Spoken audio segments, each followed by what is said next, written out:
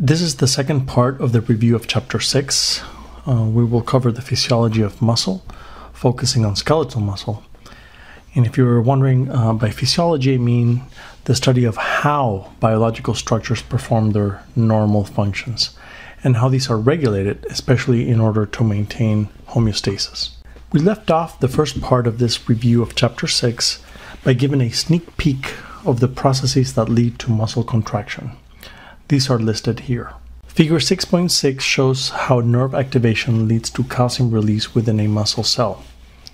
As motor nerve signals arrive, the neurotransmitter acetylcholine is released from the neuron at what is called the neuromuscular junction, a type of synapse. This neurotransmitter binds to receptors on the membrane of the muscle cell, which causes the plasma membrane of the muscle cell to become excited. This excitation is in the form of an electrical impulse, which is then propagated towards deep pockets of the plasma membrane called the T-tubules. As the signal travels down the T-tubules, it causes calcium ions to be released from a storage compartment known as the sarcoplasmic reticulum, which is a modified smooth endoplasmic reticulum. The calcium will then initiate a chain of events that cause the contraction when it contacts the myofibrils, as seen next. Figure 6.7 describes what is called the sliding filament mechanism of contraction.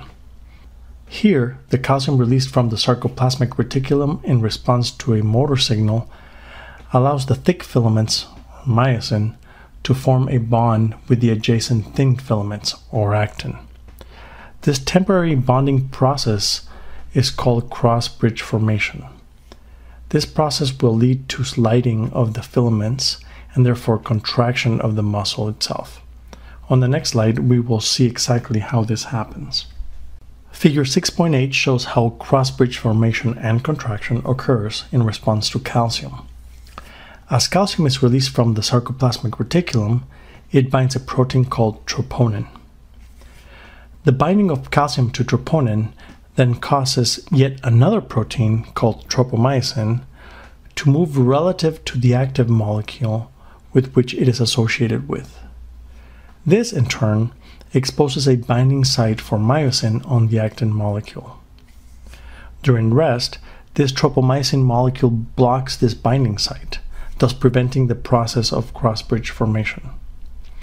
As the myosin binding site on the actin protein is exposed, the myosin heads form cross bridges with the actin.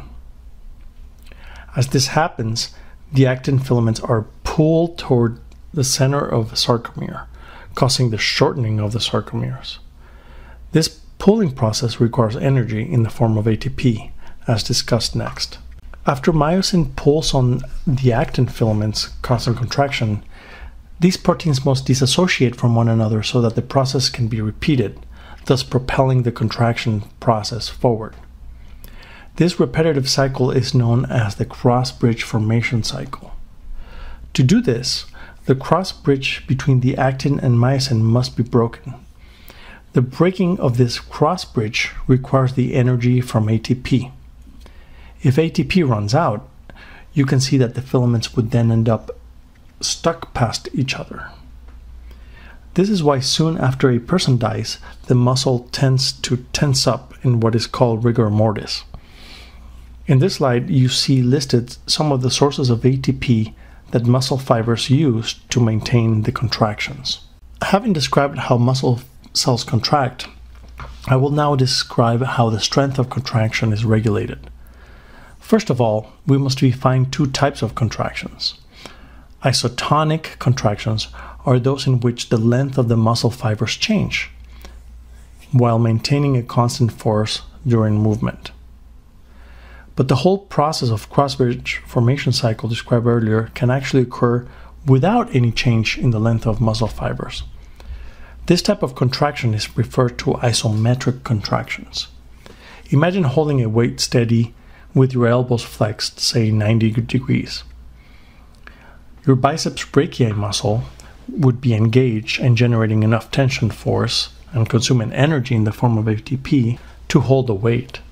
However, there would not be any change in the length of the muscle fibers. This happens more frequently than you probably would have expected. Think of the muscles that maintain the upright posture of your spine. They are contracting or generating tension forces isometrically. We next turn to the question of how muscles can vary the degree of tension they can produce. An important mechanism, as you would expect, is the degree of nerve activation involved. Listed here are some important concepts that you should become familiar with.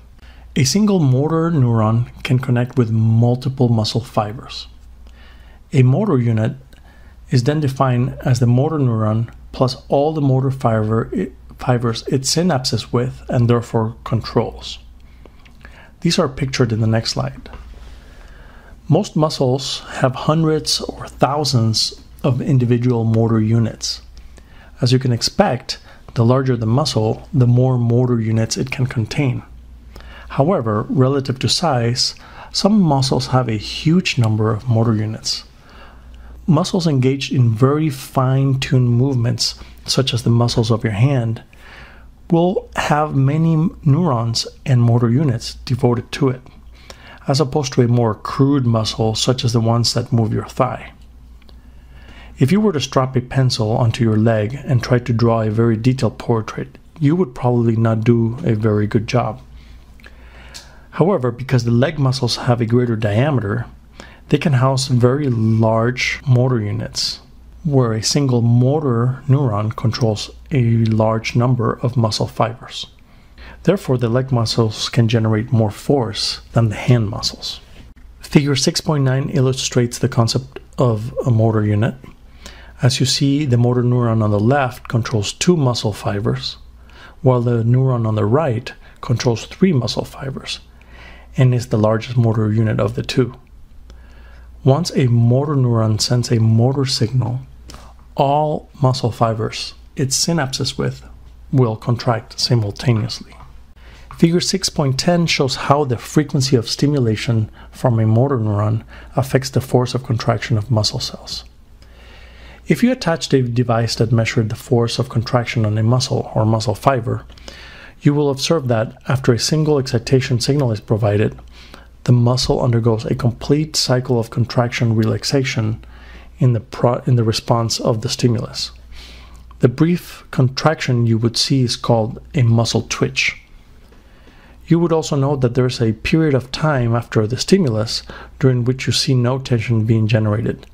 This is known as the latent period. After the twitch does occur, then a period of relaxation follows.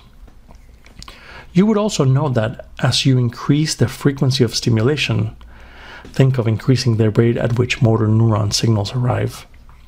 The strength of contraction increases progressively until a plateau is reached, and this is called the tetanus phase. Therefore, when you require more contractile strength, not only do you recruit or activate more and more motor units, but by sending excitatory signals more frequently, you can increase the strength of contractions of the motor units being used. We end part 2 of this review by noting some characteristics of the other 2 muscle tissue types. An important difference with skeletal muscles is that these muscle cells are controlled through involuntary motor signals. These signals are part of what is referred to as the autonomic nervous system. Also, gap junctions will serve as important routes through which excitatory signals travel from cell to cell. Note that the cardiac and smooth muscle cells are not as large or multinucleated as the skeletal muscle cells are. Okay, this is the end of part 2 of the review of chapter 6.